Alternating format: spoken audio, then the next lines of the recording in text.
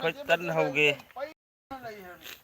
tân hầu với video này mẹ em tân hầu vô là kê ngày gì ayok từ mà pan thì khơi tàu về và hắn đi thăm thà thế nè ngang hắn thấy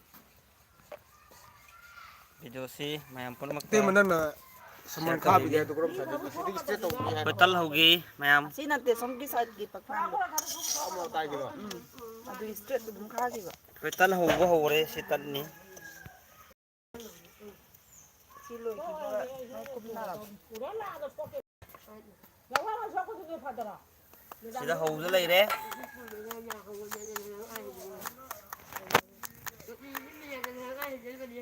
si tân si còn si khơi hầu vẫn lấy mí mèo khơi mí yam đi nè mà pan đấy tàu đấy si là khang lang đi mù tam đi cô mùi vậy khang Muda juga. Apa ini dah huru tu muda. mẹ em pun maksud breakfast tàu mà ní cô si tàu ghê là si khang thiên đấy khơi ai phai si cái tàu mà khơi ai phai số mà số hầu đi mà cha Alina cái đi hả hầu đi à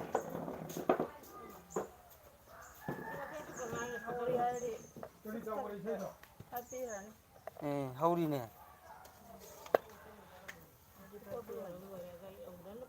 tôi mong lâu cho hầu nè thao happy ni mẹ Si ki brush ki wari si li ro dan nang na cha khra ne si ki brush se. sao mẹ anh khăn lên si cái tân hầu ni ngay cái brush si cha khăn này khăn làm sagat na yung Kau tim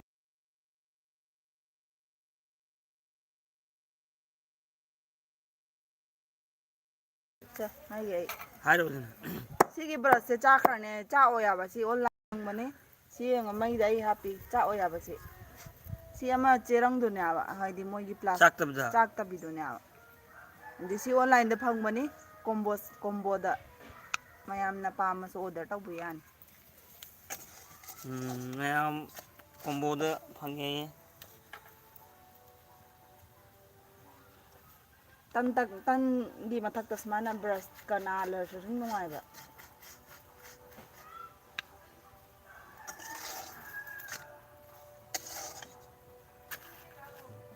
Mai du hit oi ramena car. sao yung manung số hầu đi Hauri du puro si. rồi lâu rồi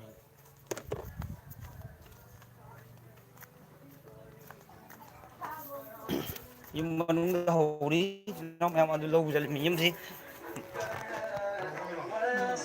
lôi ba không nào ba anh này mà tum lôi ba khơi là manung mà pan đó hầu mi thì manung thì tắc thằng cái bột mi ta cả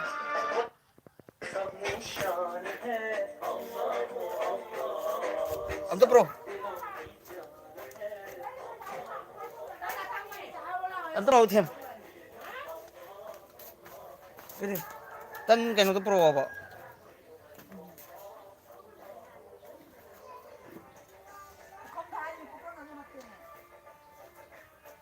tan bokam tu pro army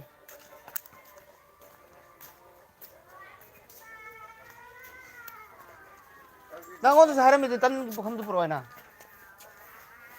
isai thare tahu. isai thare này thôi em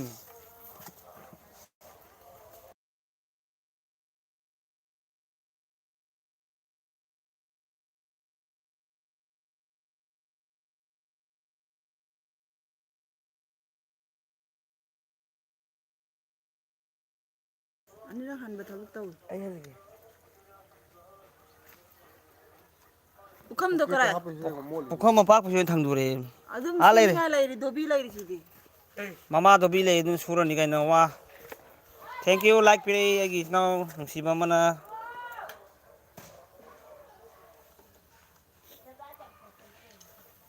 kuire aina video thagattabsu adu hanang marasi 2020 na dum live on thagan lei mi si thabak su chatpada video si thabsu phangde am 2020 na adu naina hanang marasi sinau mayam pulmakpu video si dum thagalakpani uhalakpani mama tawbusu sinau mayam na naina nga jai hibdu hai ma khangde adu chabe ja tai tare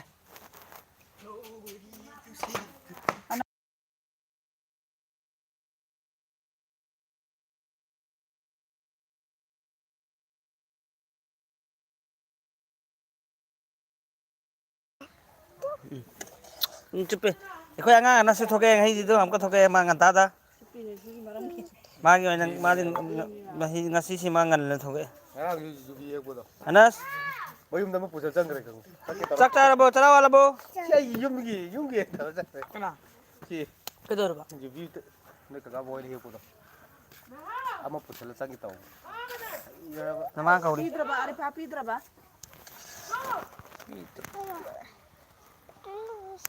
mềm lắm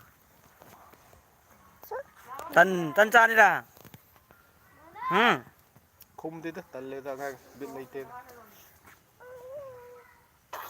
ꯎꯪꯈꯤꯅ ꯍꯧꯔꯛꯏ ꯀꯩꯅꯣ ꯀꯃꯥꯏ ꯇꯧꯔ ꯆꯥꯗꯤ ꯂꯣꯏꯔꯕ ꯆꯥ ꯂꯣꯟꯗ꯭ꯔꯤꯌꯦ ꯀꯩꯒꯤꯅꯣ ꯁꯤ ꯃꯃꯥꯡ ꯃꯝꯃꯤꯁꯦ ꯀꯩꯅꯣ ꯅꯃꯥ ꯀꯧꯔꯤ ꯄꯨꯛ ꯆꯪꯍꯟꯈꯤꯒꯦ ꯃꯃꯥꯡ ꯃꯝꯃꯦꯕ ꯀꯨꯁꯇꯣ ꯒꯣꯔꯒꯣꯔ ꯄꯦꯄꯔ ꯂꯩꯇꯦ ꯁꯣꯝꯗ ꯁꯨꯝ ꯐꯖꯔꯕꯒꯤ ꯉꯥꯜꯕ ꯁꯣꯝꯗꯗꯤ ꯉꯥꯜꯂꯦ ꯑꯅꯁ ꯑꯅꯁ ꯑꯁ ꯐꯨ ꯅꯪꯅ ꯐꯨꯕ꯭ꯔꯥ ꯑꯅꯁꯅ ꯐꯨ ꯍꯥꯏꯕꯒꯤ ꯐꯨꯔꯤ ꯇꯁꯂꯤꯃꯥꯁꯨ ꯂꯩꯔꯝꯃꯤ ꯑꯩꯈꯣꯏꯒꯤ ꯇꯁꯂꯤꯃꯥ ꯎꯔꯥꯕꯒꯤ ꯇꯁꯂꯤꯃꯥꯗꯣ ꯀꯔꯥꯏ ꯀꯩꯅꯣꯁꯦ ꯀꯀꯥꯗꯤ ꯎ ꯐꯪꯗ꯭ꯔꯦ ꯂꯣꯏꯗ꯭ꯔꯤꯕ꯭ꯔꯥ ꯑꯔꯤꯐꯥ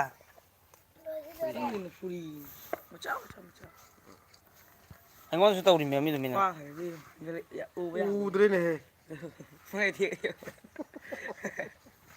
ꯅꯦꯠꯂꯅꯤꯅꯦꯍꯦ ꯀꯥꯜꯂꯒ ꯅꯦꯠꯂꯝꯒꯗꯧꯔꯦ ꯑꯉꯥꯡꯁꯤꯡꯁꯤ ꯑꯔꯤꯐꯥ ꯂꯣꯏꯔꯣ ꯀꯩꯒꯤꯅꯣ ꯈꯪꯗꯦ ꯅꯪꯒꯤꯁꯨ ꯉꯥꯏꯔꯤꯃꯤ ꯂꯩꯍꯧꯗ꯭ꯔꯕ ꯇꯅ ꯑꯍꯧꯕ ꯑꯇꯛꯄ ꯍꯥꯏꯌꯣ ꯑꯇꯛꯄ ꯀꯩꯅꯣ ꯃꯥ ꯇꯧꯔꯤ ꯇꯛꯇꯅ ꯇꯛꯇꯅ ꯂꯥꯏ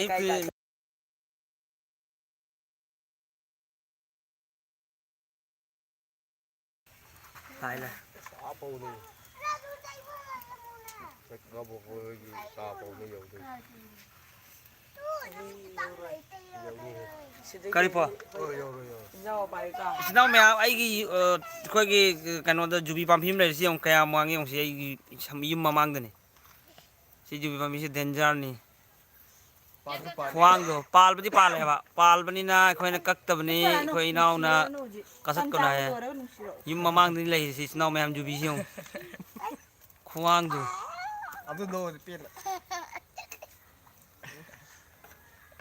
ꯖꯨꯕꯤ ꯄꯥꯜꯂꯦ ꯏꯆꯤꯟ ꯏꯅꯥꯎ ꯃꯌꯥꯝ ꯄꯥꯜꯂꯤ ꯄꯥꯟꯕꯕꯨꯗꯤ ꯇꯟ ꯆꯥꯕ ꯑꯩꯈꯣꯏ ꯇꯟ ꯆꯥꯕ ꯂꯣꯏꯔꯒꯦ ꯍꯪꯉꯕ ꯍꯣꯏ ꯇꯟ ꯆꯥꯕ ꯂꯣꯏꯔꯒꯦ ꯑꯗꯨꯒꯅꯦ ꯃꯃꯥ ꯆꯧꯕꯤꯗꯣ ꯆꯨꯞꯄꯣ ꯑꯥꯏ ꯂꯚ ꯌꯨꯁꯨ ꯍꯥꯏꯔꯛꯑꯣ ꯗꯃꯤꯡꯒꯔꯁꯨ ꯍꯥꯏꯔꯛꯑꯣ ꯆꯠꯈ꯭ꯔꯒ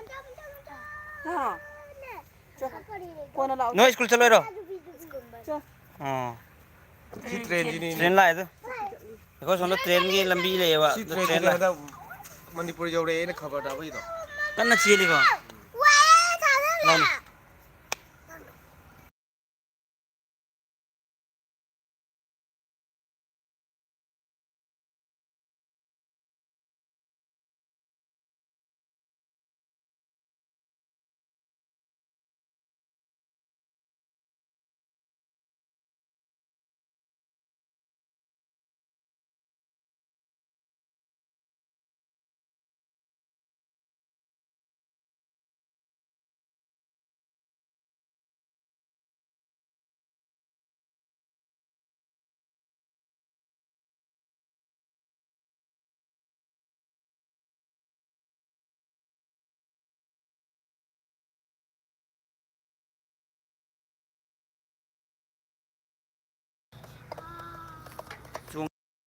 ꯆꯣꯡꯒꯅꯤ ꯑꯩꯒꯤ ꯍꯦꯟ ꯒ꯭ꯂꯣꯕ ꯑꯃꯒ ꯑꯣꯟꯂꯥꯏꯟꯗ ꯌꯦꯡꯉꯨ ꯁꯤ ꯆꯩꯁꯤ ꯀꯥꯏꯗ ꯂꯥꯛꯏ ꯑꯣ ꯅꯪ ꯇꯧꯔꯤꯕ꯭ꯔꯣ ꯑꯩꯗꯤ ꯑꯉꯥꯡꯁꯤꯡꯗꯤ ꯅꯝꯃꯝꯃ ꯃꯥꯜꯂꯦ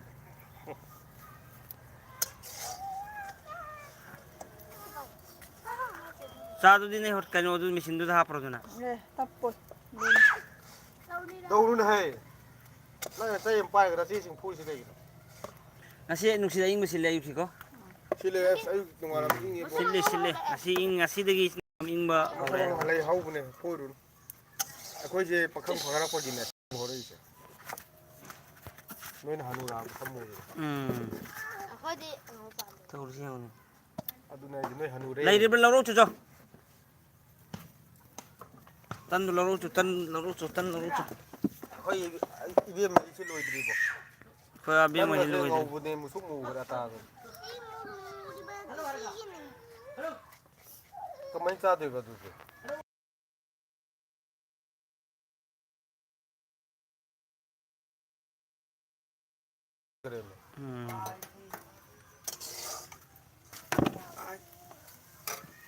Sahid. ꯑꯩꯕꯨ ꯃꯤꯅ ꯏꯟꯁꯇꯥꯗ ꯂꯥꯏꯐꯇ ꯂꯥꯛꯑꯣ ꯍꯥꯏ ꯏꯟꯁꯇꯥꯗ ꯑꯩꯗꯤ ꯌꯥꯝ ꯄꯥꯏꯗꯕꯅꯤꯅ Stadosꯨ ꯂꯥꯛꯄ ꯌꯥꯏ ꯏꯟꯁꯇꯥ ꯏꯟꯁꯇꯥꯗ ꯂꯥꯏꯐꯇ ꯂꯥꯛꯑꯣ ꯍꯥꯏ ꯊꯥꯎ ꯈꯛꯇꯪꯒ ꯑꯗꯨꯒ ꯃꯣꯏ ꯏꯟꯁꯇꯥꯁꯤꯗ ꯌꯥꯝ ꯁꯤꯖꯤꯟꯅꯗꯕꯅꯤꯅ ꯑꯩꯅꯕꯨ ꯌꯥꯝ ꯂꯥꯛꯇꯦ ꯌꯨꯇ꯭ꯌꯨꯕꯇ ꯇꯟꯁꯨ ꯁꯥꯟꯅꯕꯅꯤꯅ ꯑꯩꯅ ꯍꯥꯞꯄꯛꯑꯣ ꯈꯜꯂꯒ ꯑꯗꯨꯝ ꯄꯨꯔꯣ ꯏꯟꯁꯇꯥꯁꯨ ꯁꯥꯟꯅꯔꯝꯃꯤ ꯑꯗꯨ ꯑꯣꯏꯔꯦ ꯑꯩꯅ ꯍꯣꯏ ꯃꯁꯤ ꯃꯇ ꯁꯥꯟꯅꯅꯤ ꯁꯥꯟꯅꯕꯅꯤ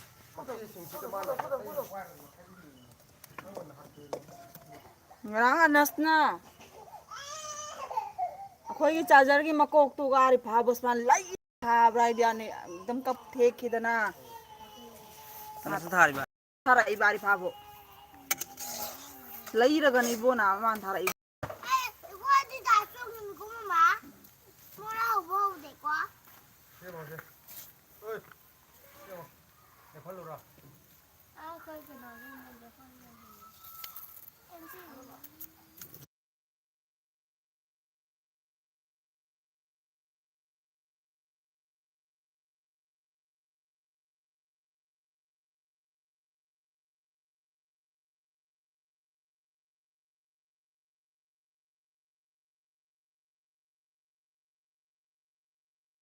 ꯏꯟꯇꯔꯦꯁ ꯇꯟꯗ꯭ꯔꯥ ꯉꯁꯥꯏ ꯃꯣꯏ ꯑꯅꯤꯃꯛꯀꯤ ꯋꯥꯔꯤ ꯋꯥꯇꯥꯏꯗꯣ ꯃꯤꯅ ꯑꯗꯨꯝ ꯇꯥꯕꯗ ꯀꯩꯅꯣ ꯑꯉꯥꯡꯁꯤ ꯀꯧ ꯀꯔꯤꯅꯣ ꯆꯩ ꯆꯥꯒꯅꯤꯍꯦ ꯅꯈꯣꯏ ꯆꯥꯔꯁꯨ ꯆꯥꯎ ꯇꯨꯃꯤꯟꯅ ꯁꯥꯟꯅꯔꯁꯨ ꯁꯥꯟꯅꯧ ꯁꯥꯟꯅꯗꯗꯅ ꯑꯗꯨꯗꯤ ꯃꯃꯥ ꯆꯧꯒ ꯄꯄꯥꯒ ꯄꯄꯨꯒꯩꯅ ꯇꯧ ꯂꯩꯔꯤ ꯑꯩꯈꯣꯏ ꯃꯤ ꯌꯥꯝꯃꯦ ꯏꯆꯤꯟ ꯏꯅꯥꯎ ꯃꯌꯥꯝ ꯑꯗꯨꯅ ꯇꯟꯁꯨ ꯍꯥꯏꯐꯦꯠ ꯌꯥꯝꯃꯦ ꯇꯟꯁꯤ ꯌꯥꯝꯅ ꯇꯧꯕ ꯃꯊꯧ ꯇꯥꯏ ꯑꯩꯈꯣꯏ ꯐꯦꯃꯤꯂꯤ ꯄꯥꯛꯁꯜꯂꯔꯦꯅꯦꯍꯦ ꯄꯥꯛꯑꯣꯏ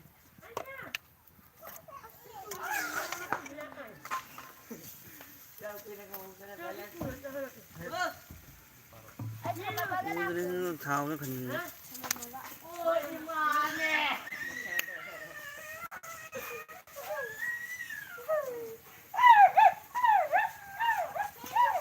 ꯗꯤꯁꯦꯝꯕꯔ ꯌꯧꯔꯛꯄꯗꯗꯤ ꯏꯪꯉꯅꯤꯗ ꯐꯖꯅ ꯀꯣ ꯉꯔꯥꯡꯗꯒꯤꯗꯤ ꯁꯣꯇꯔ ꯂꯤꯠꯅꯕ ꯍꯧꯔꯦ ꯈꯔ ꯈꯔ ꯍꯤꯇꯂꯤ ꯑꯃ ꯍꯧꯗ ꯃꯥ ꯒꯟꯇꯥ ꯑꯃ ꯆꯪꯗ ꯂꯥꯛꯏꯕ ꯑꯣꯏꯔꯦ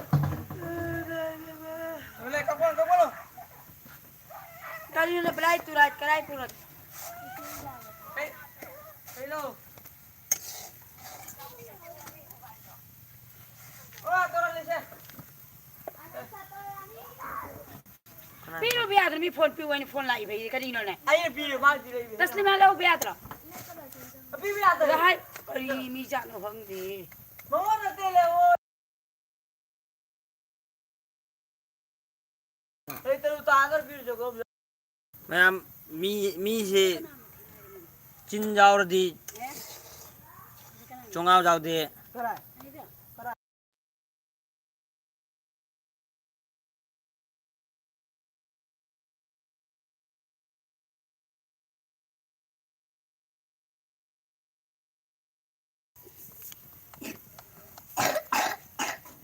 ꯐꯦꯡꯕꯗꯗꯤ ꯅꯨꯡꯉꯥꯏꯔꯅꯤ ꯈꯥꯡꯁꯦ ꯉꯁꯤꯒꯤ ꯌꯦꯡꯔꯣ ꯈꯥꯡꯒꯗꯣ ꯂꯣꯏꯔꯕꯁꯤꯅ ꯇꯟꯒꯅꯤ ꯊꯝ ꯉꯁꯤ ꯐꯝꯕꯗꯤ ꯍꯧꯒꯠꯂꯔꯣꯏ ꯂꯪꯗ꯭ꯔꯤ ꯐꯥꯎ ꯇꯟ ꯍꯧꯅꯤꯡꯉꯥꯏ ꯊꯝꯈ꯭ꯔꯣ ꯈꯥꯡꯅꯩ ꯑꯗꯨ ꯃꯥꯅꯤ ꯇꯟꯒꯤ ꯌꯥꯔꯦ ꯍꯣꯏꯅꯦ ꯑꯃ ꯂꯩꯗꯨꯗꯤ ꯑꯃ ꯂꯩꯌꯦꯅ ꯃꯦꯂꯥꯗ ꯂꯩꯔꯛꯄꯗ ꯂꯩꯌꯦꯅ ꯃꯣꯠꯄꯁꯤꯗ ꯑꯗꯨꯝ ꯍꯧꯕ ꯌꯥꯕ ꯅꯠꯇꯦ ꯅꯠꯇꯦ ꯐꯦꯡꯉꯣ ꯊꯝꯃꯣ ꯍꯥꯏꯕ ꯑꯩ ꯑꯉꯥꯡ ꯅꯪꯗꯤ ꯂꯩꯍꯧꯔꯅꯤ ꯅꯪꯒꯤ ꯇꯟ ꯃꯆꯥꯁꯤꯡꯗꯤ ꯂꯩꯍꯧꯔꯅꯤ ꯑꯃꯒꯤꯅ ꯀꯩꯗꯧꯍꯧꯔꯤꯃꯣ takhawri ꯂꯩꯍꯧꯖꯔꯅꯤ ꯃꯥꯏ ꯅꯨ ꯍꯧꯅ leiriye tal mayam to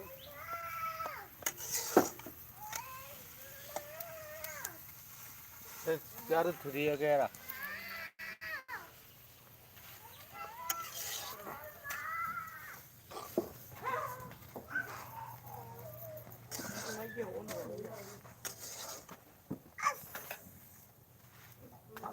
तंदु खरा पकड़ लो यार हीरो ये पी ये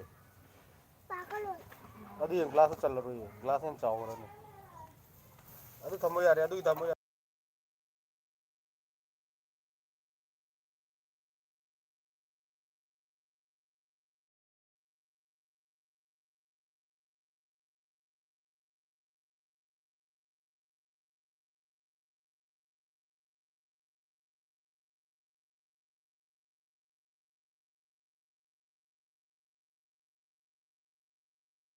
ngan jod me billi kakala dana phaganda ai अभी भी पुलिस है सी पुन खिंदी फाड़ी बो ओ सिमी कार काई रशियो दियो आई फाग दम खाव दिया दर कुम कुमदर ai stand wai sai thi tar के के ai har me masal stand do season na ओने तो डाली दी सब गई रे लाइट करे याव न नहीं मिदा सामा मंदी दने e khang ma moya du lai tun kai khang dur दुत अंगाव बसे परिवार khang oya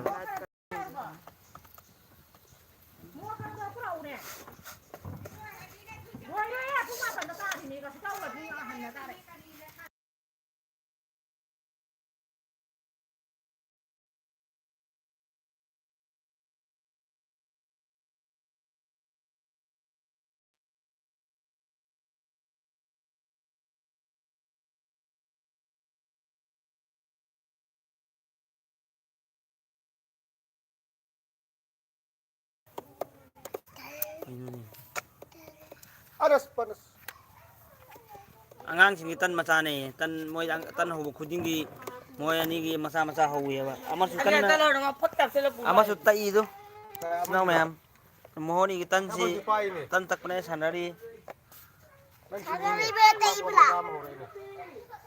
gap thi tawro no tawro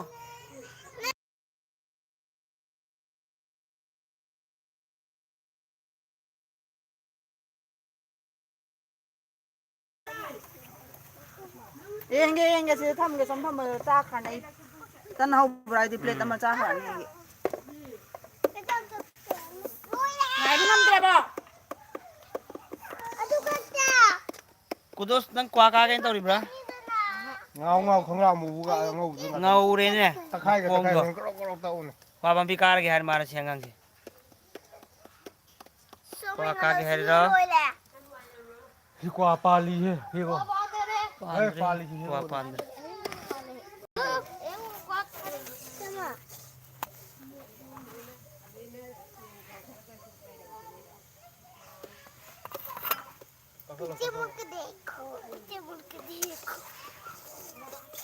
cái đồ phải đấy sao rồi इच्छी मुड़ के देखो आगे मुड़ के देखो माने ना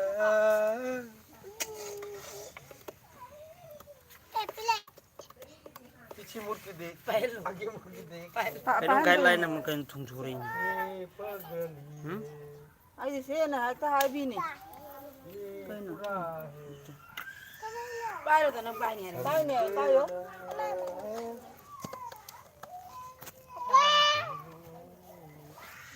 tan hồi mà không gì đâu antak sri sana gen oi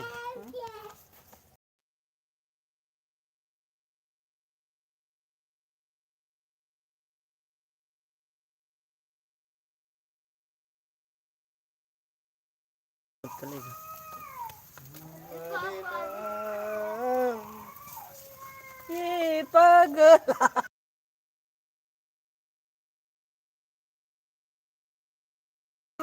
जाने से समझे ना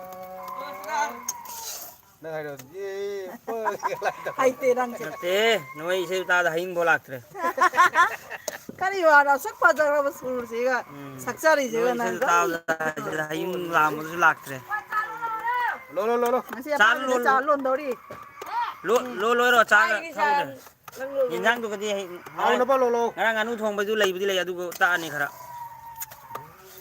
dang anu thong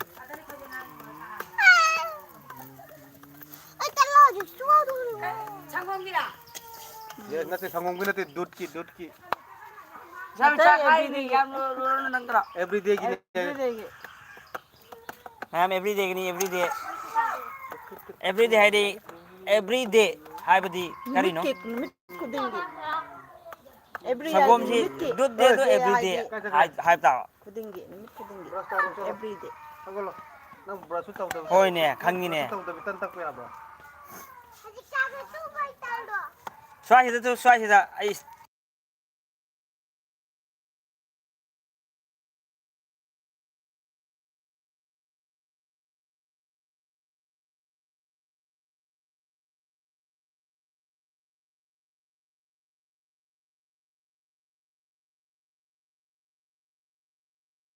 बना रहा है पराठा बना रहा है पराठा देगा तेरे को मेरा तो पराठा बनाता नहीं है तेरा पराठा कहाँ चला गया तुम्हारी तेरा पराठा तो छोटा छोटा है मेरा बहुत पराठा छोटा है दुई मेरा पराठा क्यूट क्यूट सा है अच्छा है क्यूट क्यूट सा है और से खोली की तो सब का से को ले Pupuk ya di. Aduh pogi man. Agak jara kan dai agak jara di. रोज बना की तन में आम से मैं हिट पी बगम का कहा ने नहीं मुझसे कब साग Oi. Không có tao này. खाने बीमार है मैं दाल चप्पी बना दो ना Gong nao ka ka sang da. ये देखो का है उसको करे कुदुस कर है इसना मैं हम कुदुस का ले Ka bi ka करे sa pag yung karo na. कुदुस का तो कार बंबीदा क्वा कार मी कोई छोंगी अंगांग से क्वा का पे हम है Gong nao di yin. dùng nào thì là xem mình mắm mì xuống sạch lạc của mắm mì thì xa xí những cái Alina nó hầu hầu nó quạt tân giá bảo cha thế này Oi, ma to nu nao sung ha to ne.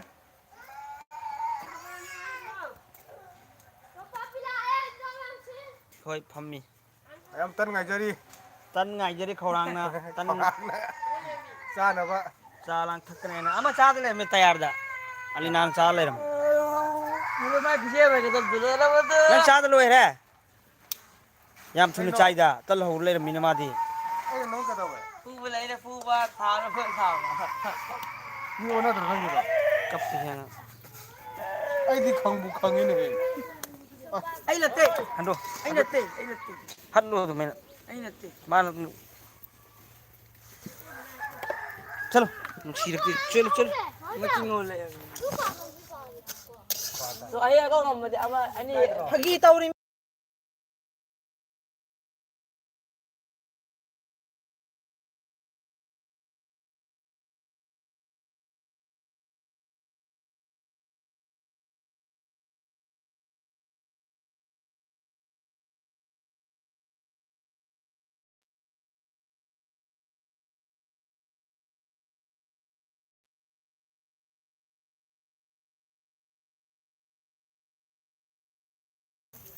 Ako. Tan men ni ko. Tan daw prai bu dung tar kan di kang tadi.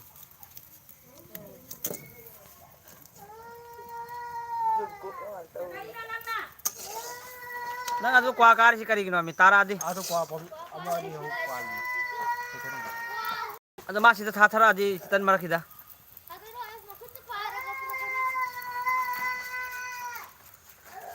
tara di khang de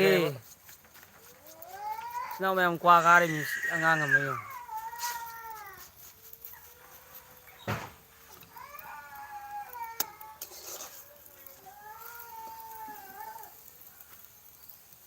tara di kumu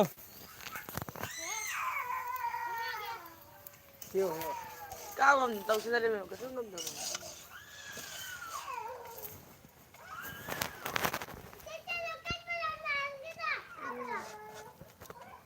Kali roket ai ro. ấy mình chỉ cao đâu không kịp việc đâu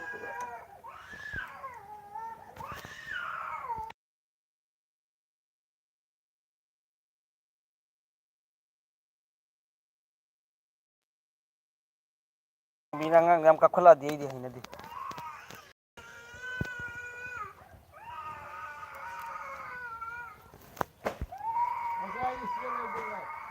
Ai thau hol ni ba.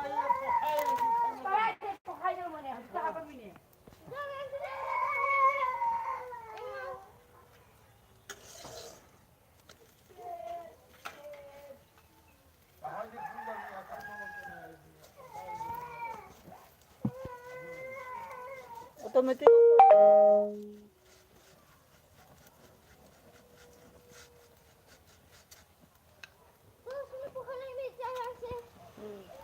Không phải làm gì này. Không mấy này ca rồi nè. Qua thì cái bữa nó kia đâu đi không được ca rồi bà.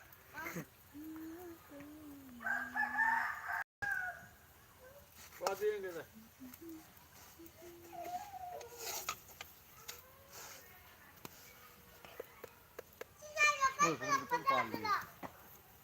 범필이 눈 더봐. Không một cái này gì không.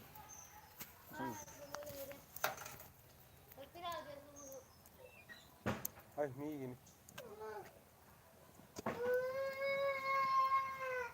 Ai đi ngang quay không nè. Ai đi ngang quay. À tôi mà thằng cái phải rồi. Cái đó ơi ngang mà thằng cái phải rồi cái này gì cả rồi. Cái nó ngang vậy. Phải lên. Right này hili. 나만의 뿌리가 약분에 실내에는 따가다니. 자, 어이브로. 온다.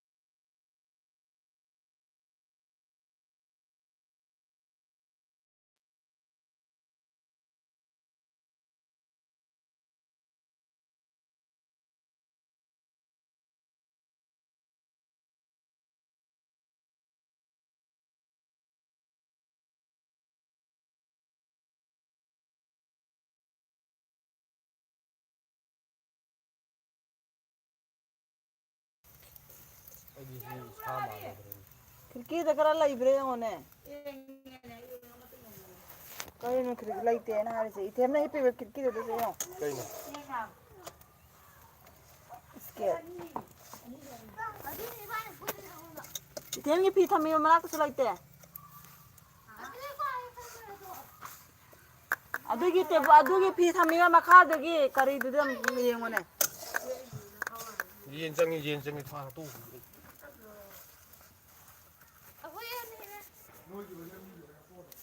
Hata đây lên cho chị là khăn lên lưỡi chả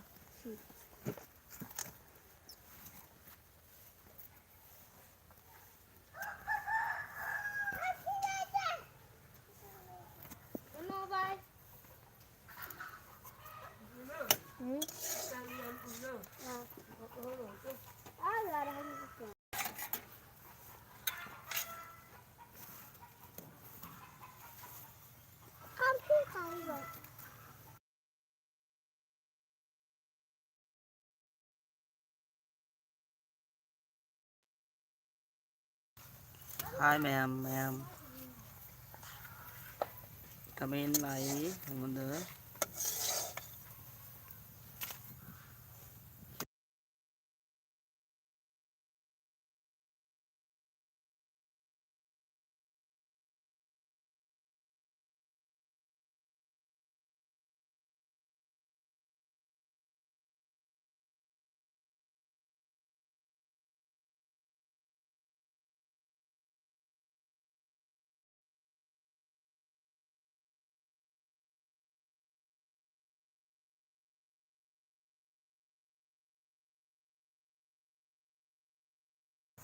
Mo sinalin na kano comment am tawri nay naming si khara hat oi Moha Sinali. Mosin Moha Sinali.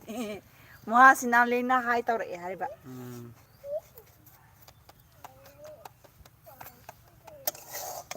Lay di lay bune he heart oi ba mami. Maming lui lay Hao cái mình thì phải lùi.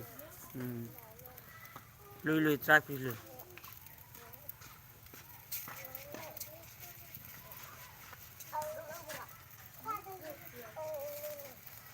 koi tan jinga sai de ho le mi lui ma ngai dire Tan ya mi tung du. tara yo rồi chung Ta đi con sao một số rồi. so de that keno Hen bui lắm. mapan makhai Hen di he.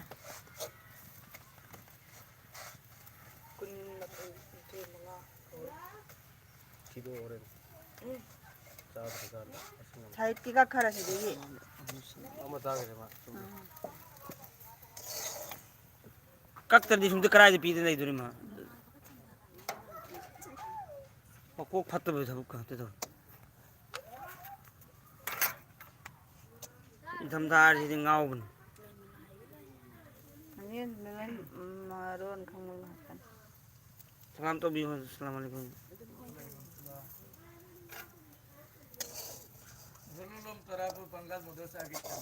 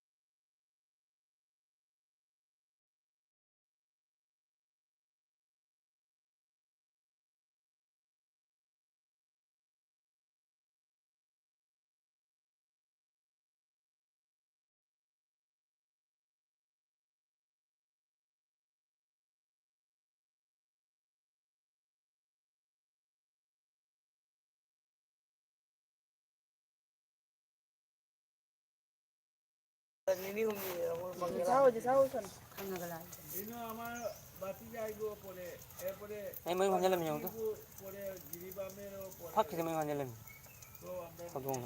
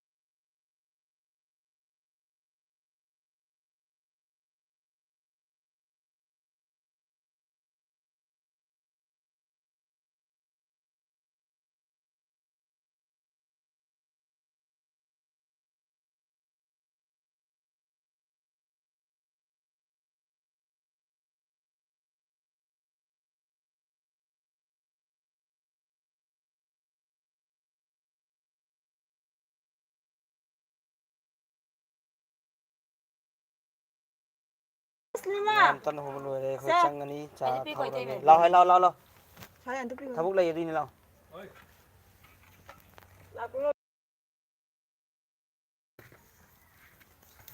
na khol lo loi na anung de lao cha thau rồi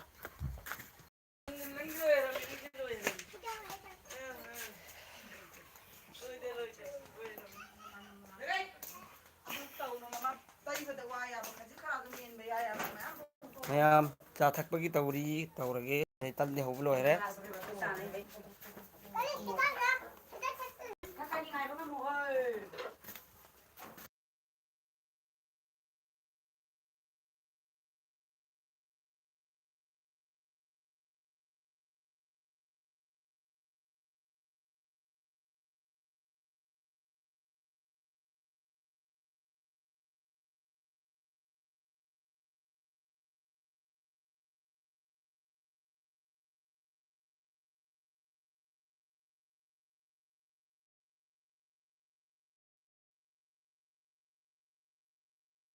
ikan ikan asin.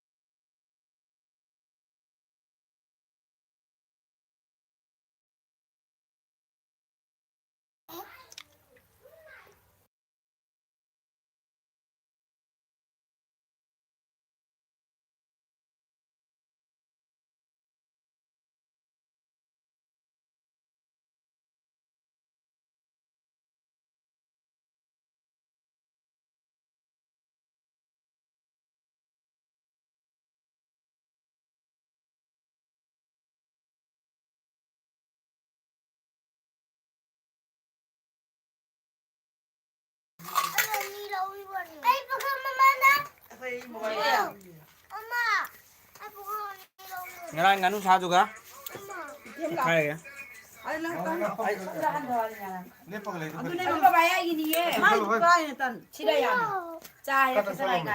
Kaya. Oma. Langsung purut ya, Sa. Meow.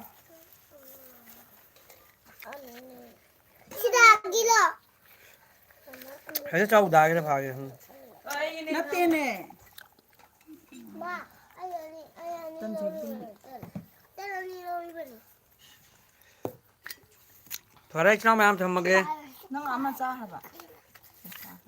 Thank you. Okay, lap đi với mày muốn một cô. Em tadi. Ini saja. Papa gina. Kamera. Oh.